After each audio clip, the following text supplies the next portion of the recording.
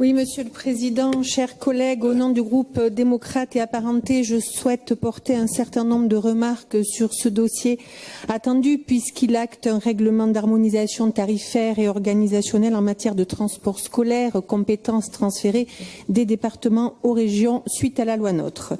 Nous n'avons évidemment rien à dire sur les principes d'une harmonisation territoriale aboutie et d'un traitement plus encadré des cas spécifiques visant à limiter les transports individuels ou quasi individuels. Nous saluons même la possibilité qui est offerte aujourd'hui de transporter tous les élèves scolarisés. Les mesures en matière de sécurité et de prévention, notamment avec les formations prévues par les élèves de 6e et également les efforts consentis en matière énergétique avec les bus au biogaz.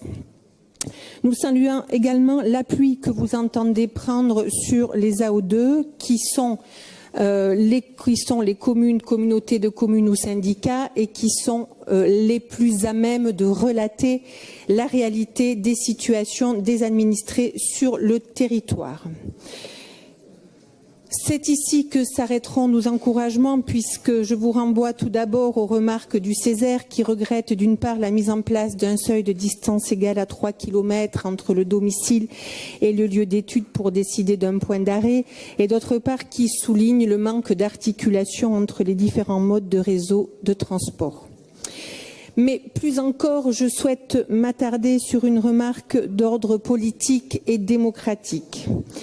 Pour mémoire, en 2015, le Parti socialiste, à travers 10 mesures phares évoquées au niveau national, promettait la gratuité des transports scolaires dans toutes les régions. Vos homologues d'Occitanie et de Bourgogne-Franche-Comté, mesdames Delga et Dufay, ont déjà respecté cette ligne qui les a fait élire.